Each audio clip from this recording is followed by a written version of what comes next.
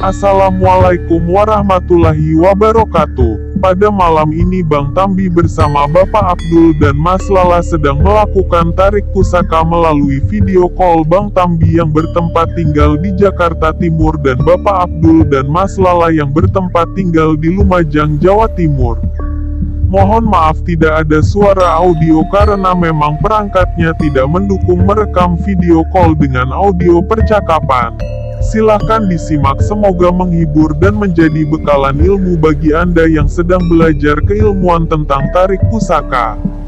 Alhamdulillah malam ini kita diberikan hadiah jimatan kujang dan jimatan keris singo barong dan saya diberikan pusaka cacing kanil. Mengambil benda pusaka tidak boleh dilakukan begitu saja tanpa persiapan khusus. Terlebih lagi, bila benda pusaka tersebut masih berada di dimensi lain atau alam gaib. Sebab, ada syarat-syarat tertentu yang harus dilakukan supaya bisa mengambil benda pusaka yang berada di alam gaib. Selain itu, ada juga ketentuan yang harus diikuti supaya benda pusaka tersebut tidak membawa musibah ketika dimiliki. Berikut ini 4 syarat dalam mengambil benda pusaka di alam gaib. 1. Memiliki niat yang baik. Supaya bisa menemukan tempat benda pusaka berada, Anda harus memiliki niat yang baik. Sebab, mereka yang memiliki niat tidak baik umumnya kesulitan dalam menemukan tempat-tempat yang ada benda pusakanya. Selain itu, niat yang baik akan mengantarkan seseorang pada benda pusaka yang tepat untuk dirinya. 2. Sudah bisa melakukan penerawangan. Ketika sudah menentukan tempat mencari benda pusaka, langkah selanjutnya adalah melakukan penerawangan. Dengan melakukan penerawangan, maka Anda bisa mengetahui di sebelah mana kiranya terdapat benda pusaka. Sebab, benda pusaka umumnya tidak bisa dilihat secara kasat mata ketika masih berada di alam gaib. Oleh karena itu, sebelum mencari benda pusaka pastikan Anda sudah bisa memiliki kemampuan menerawang secara gaib. 3. Memohon izin kepada hodam atau benda pusaka. Ketika sudah berhasil menemukan benda pusaka baik itu di dunia nyata atau yang masih berada di dimensi lain, Anda harus memohon izin terlebih dahulu. Biasanya, benda pusaka memiliki hodam atau makhluk halus yang menjaga dan memberikannya tuah. Dan Anda wajib memohon izin kepada hodam atau benda pusaka itu sendiri.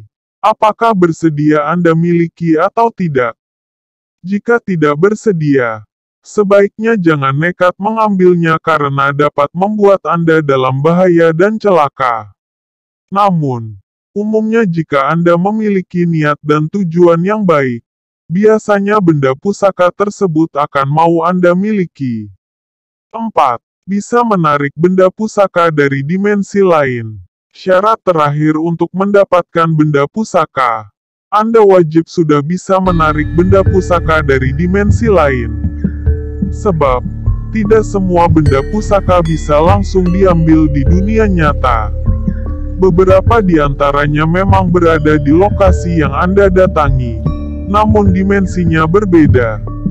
Sehingga, Anda harus menarik benda pusaka tersebut ke dunia nyata supaya bisa Anda ambil. Biasanya, untuk bisa menarik benda pusaka dari dimensi lain ke dunia nyata, Anda harus sering latihan dan melakukan tirakat-tirakat tertentu.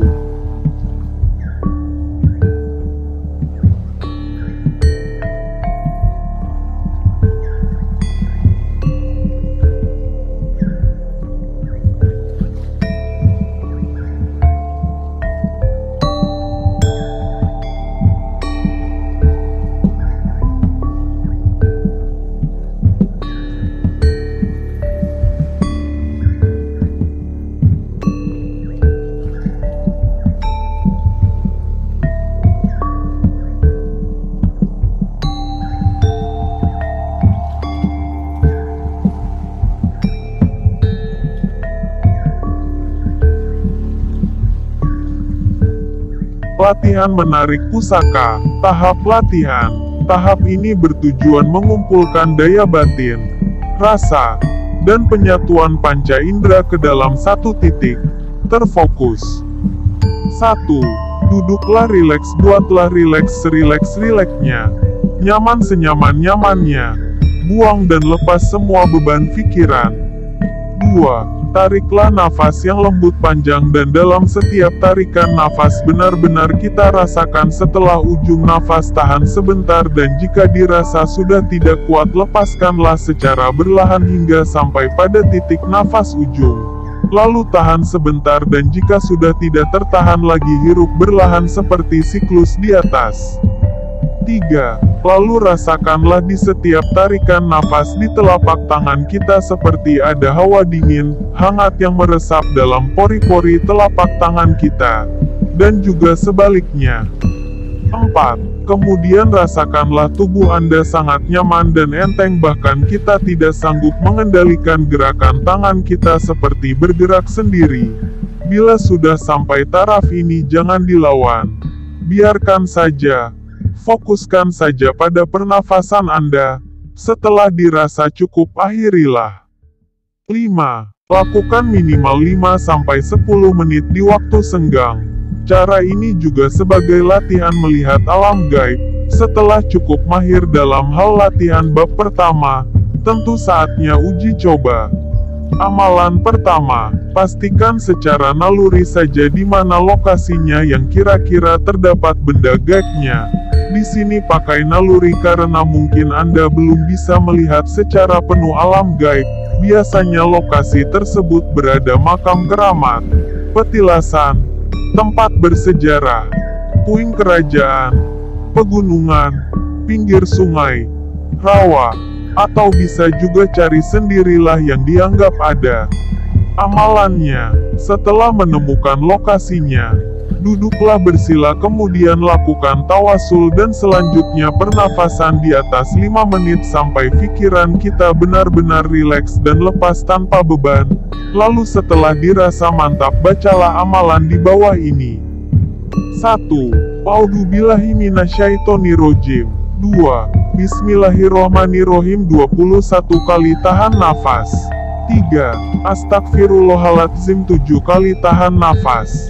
4. Asyhadu alla ilaha illallah wa asyhadu anna muhammadar rasulullah 7 kali tahan nafas. 5. Allahumma sholli ala sayyidina Muhammad wa ala ali sayyidina Muhammad 7 kali tahan nafas. 6. La haula wala quwwata illa billahil aliyyil adim 7 kali tahan nafas. 7. Allahu Akbar 21 kali tahan nafas. Baca kunci amalan ini. Bismillahirrohmanirrohim.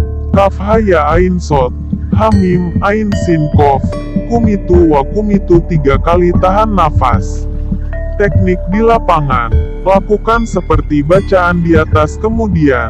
Telapak kedua tangan arahkan lurus ke depan dan tarik ke arah tubuh kita sambil mengucap Allahu Akbar sebanyak mungkin sampai pusaka ada di depan kita, sembari menghayati latihan tahap nomor 3 di atas. Catatan, biasanya kita tidak tahu secara pasti di mana benda goib itu berada sehingga perlu dicoba di beberapa tempat. Kalau tempat itu ada benda pusakanya, akan ketarik dengan amalan ini. Dalam beberapa kejadian benda itu seperti dilemparkan ke arah kita meskipun tidak sampai kena tubuh. Pada kejadian yang lain benda itu tiba-tiba tertangkap tangan kita. Bila nafas tidak kuat, segera bernafas lalu tahan lagi begitu seterusnya. Silahkan dicoba atau dilatih sampai bisa menguasai ilmu ini. Ada baiknya energi batin di tubuh eterik diperkuat dengan melakukan puasa-puasa dan laku tirakat. Ini juga untuk menghindari diri dari hal-hal yang tidak diinginkan. Silahkan dipilih yang menurut Anda paling bagus. Bila Anda sudah pernah sekali saja berhasil melakukan penarikan, maka di lain waktu penarikan akan lebih mudah, beda bila belum pernah sama sekali. Semoga bermanfaat untuk Anda. Agar ijazah ini berkah silahkan bantu share, like, dan subscribe dan berikan super thanks Anda untuk kami. Terima kasih.